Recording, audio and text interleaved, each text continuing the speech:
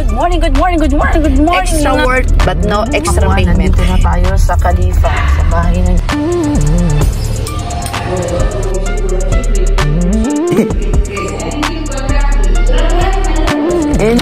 Hello, mga... Asir, Cola. Yan, bababa ko na siya. Tala yan sa lika. Siya, babalik ko. Ayan lang siya mamaya. Tinan mo, nakakaawa. Ano ba itong Indomie na to? Aray ko sakit. Barbecue chicken.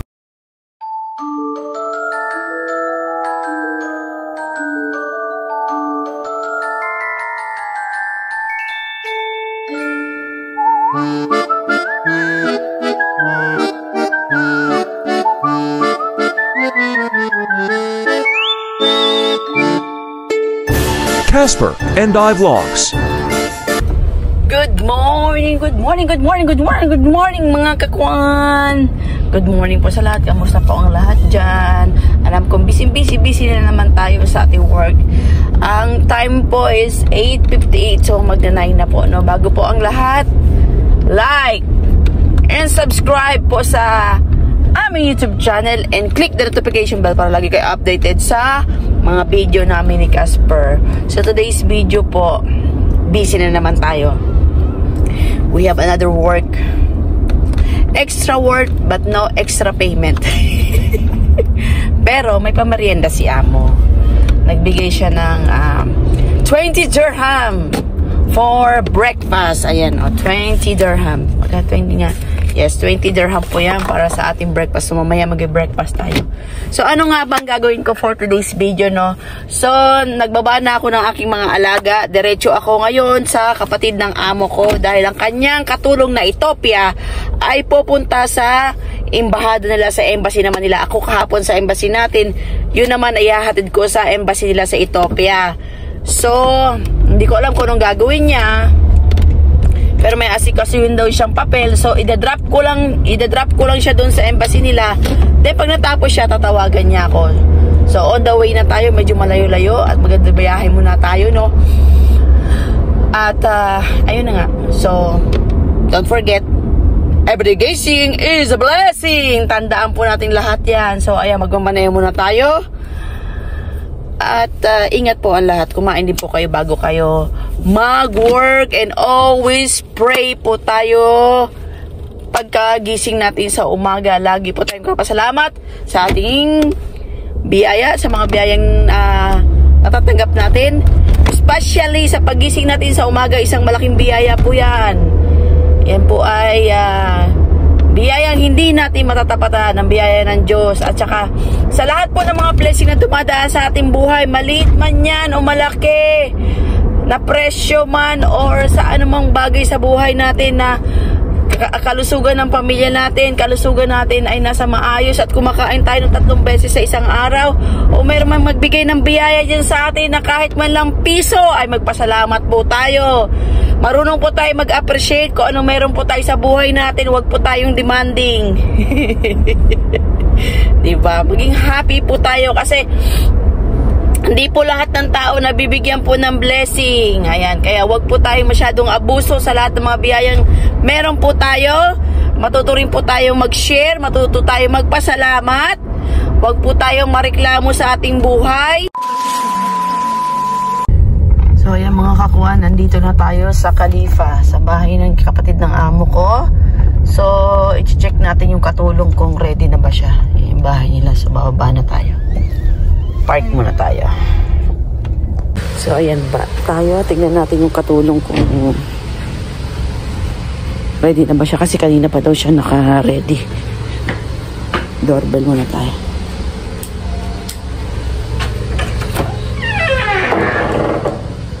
Salika.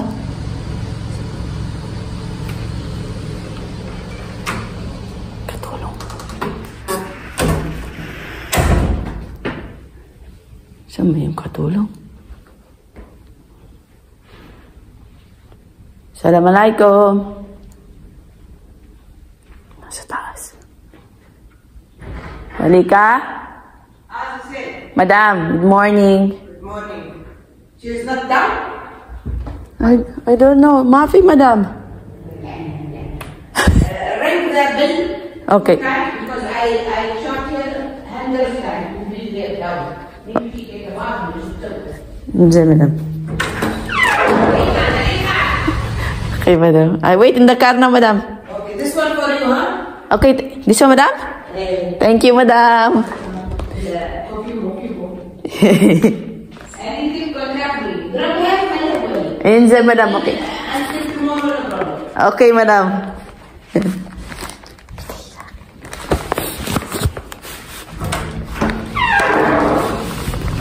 Yan, nagdaldal na.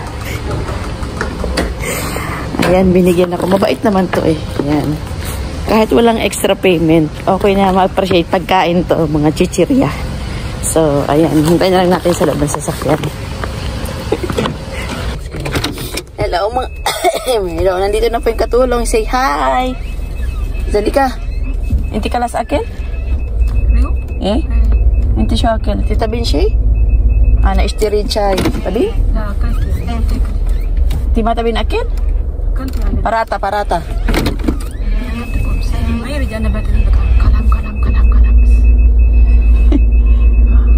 Hindi matabi ni Eshe?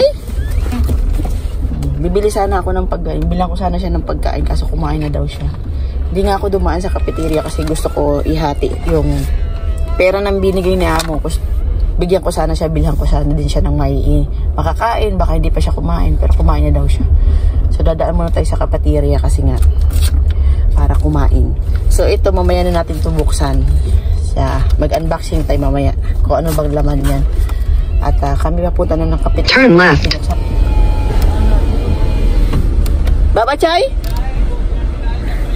Baba Chay. Matabin siya eh. Siya, asir, cola. Hati fi parata sa? Wahid bet jeben parata. Okay. Wahid jeben bes. Hati chai karak. Small, medium? Medium. 2. Matabin na? Matabin Shay matabin. La, nabatali sakar bas. Okay, bes ada sadik. Karak no need? Ano need? Bes wahid karak medium zen. Syukran. Ayan, ayaw niya kumain talaga kahit anong gawin. Kahit malamig or ano, cola ayaw niya. May importante siyang asikasuhin sa sa kanilang imbahan. Yan, bababa ko na siya. Taala yan, salika. Yan, ibababa ko na siya. Nandito tayo sa Embassy Ethiopia yan.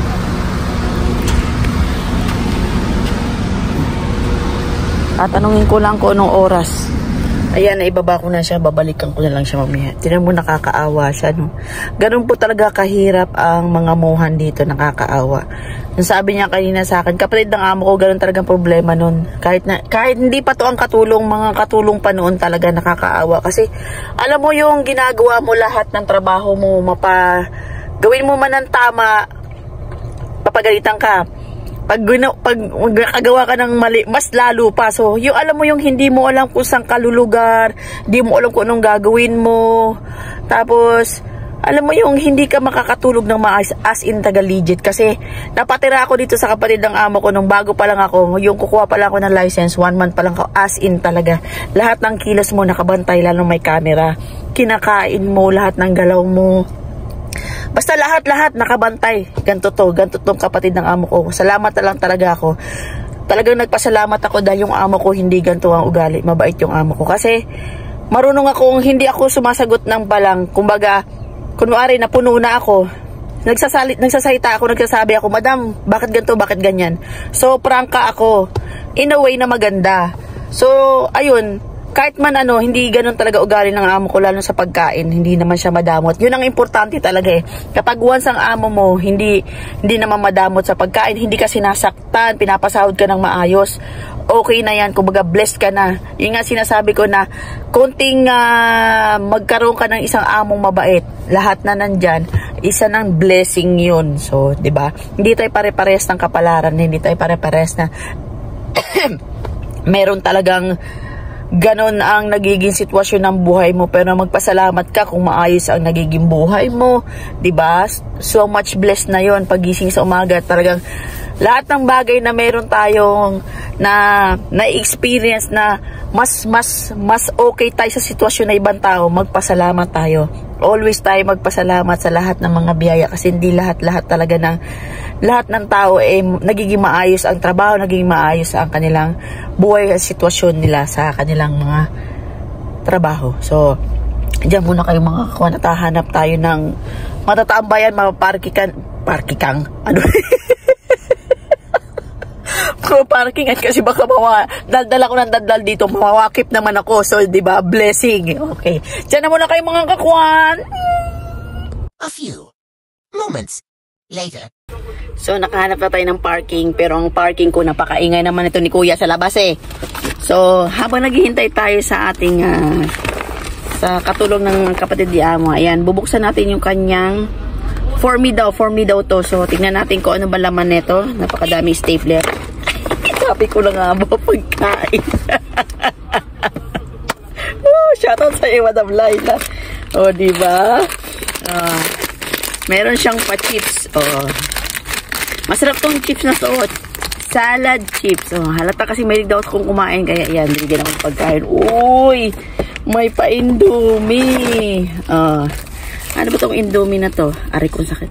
Barbecue chicken flavor. Ayan, meron siyang pa-indomie. Thank you, Madam Laila. Siyempre, di ba? Yung mga kabayan tayo, mga Pilipino, konting bagay lang, masaya na tayo, di ba? Di naman natin need ng di natin kailangan ng pera o something. Makapag-thank you nga lang, di ba? Yung mga gatong bagay, malaking bagay. Kung magkakasiyahan na to, ito, paborito ko to. Alam yung paborito ko to. Qatar Puffki. Yan. Ang flavor nito, cheddar corn balls, cheddar and jalapeno flavor. Manghang to. Masarap to, mga kakuan. Ball siya na maliliit. Cheese ball siya. Pero ang sarap nito. Paborito ko to. Uy. Ito naman. Tsokolate. Ayan, may pa-tsokolate. 4 na peraso. Ano to? Wafer siya. Wafer na chocolate yan. Diba? Dami naman na natin makakain. So, ano pa? Ay, 5 pala to. Sorry. 5 pala. 5 yan. So, ayan. At ano pa tong meron? Uy, ginawa talaga akong bata. Stick. Yan, stick. Yan, candies po yan. Candies. Yan, ginawa talaga akong bata ni Madam Laila. Pero okay lang. Masaya to. Different kind of tea. Kasi ako tea lover ako. Mahilig akong uminom ng kahit anong tea. Ito, ano flavor to? Green tea siya na Lipton. Ayan. Diba? Tapos, anise flavor naman to. Anise flavor na Lipton din siya. Diba? Ano to? Twinings green tea naman yan. Diba? Kahit pa paano? So, ano naman to? Malamang sugar to. Ano to? Brown sugar. Ano to? Nasa hotel ako. Ito ang masarap na yun. Chamomile. Itong chamomile na to, pag ininom mo to sa gabi, ang sarap ng tulog mo. Masarap to.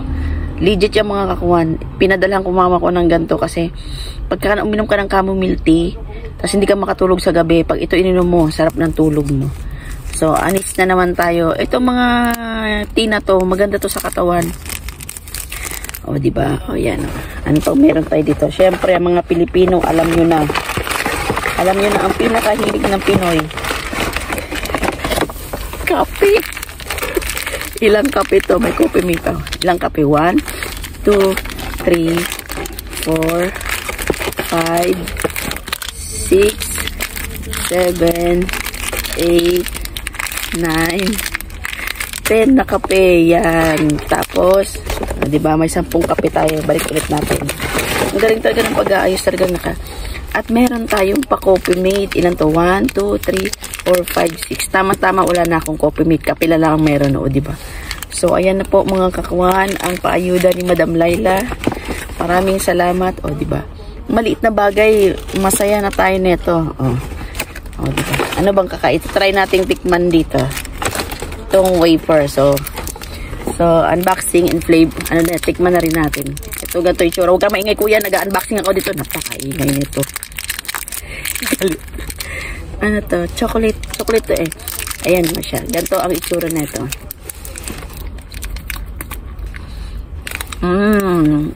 Sarap to. Pagka giinom ka ng tea, masarap to. Wala na pala akong chai. Ubus na pala. Hindi siya masyadong matamis. Diba? Umayan na natin to. Ito maganda to habang naghintay ako rito. Mayroon akong mga ngata. Diba? May pa-indomie. So, ayan po mga kakuan, no? Nag-unboxing na tayo. Bago po tayo ng lahat, tatapusin ko na rin itong video to kasi medyo mahaba at matagal-tagal pa ako dito maghihintay. So, bago po tayo magtatapos, shoutout muna po kay Jack Sparrow, Shiam Patrice, Marlon Yang Vlog, The Best Kabe, Ann Kaalaman, Mercy Sarap Homemade, I8 Vlog, Remis TV Watkins, kay Marites Alcantara, at syempre kay Sir RSSS. So ayan mga kakuan, mga yan vloggers po yan, pakisubscribe po. At ang aking kaibigan na si B-Page at si Grace Vlogs. So pakisubscribe po silang lahat. Ayan po mga kakuan, please like and subscribe po sa aming YouTube channel din po. And click the notification bell para lagi kayo updated sa aming mga video. Yan lang mga kakuan, God bless you all. Ingat-ingat po tayong lahat dyan. At papasok po ako sa loob para hindi po ako maghintay dito sa labas. Yala, bye!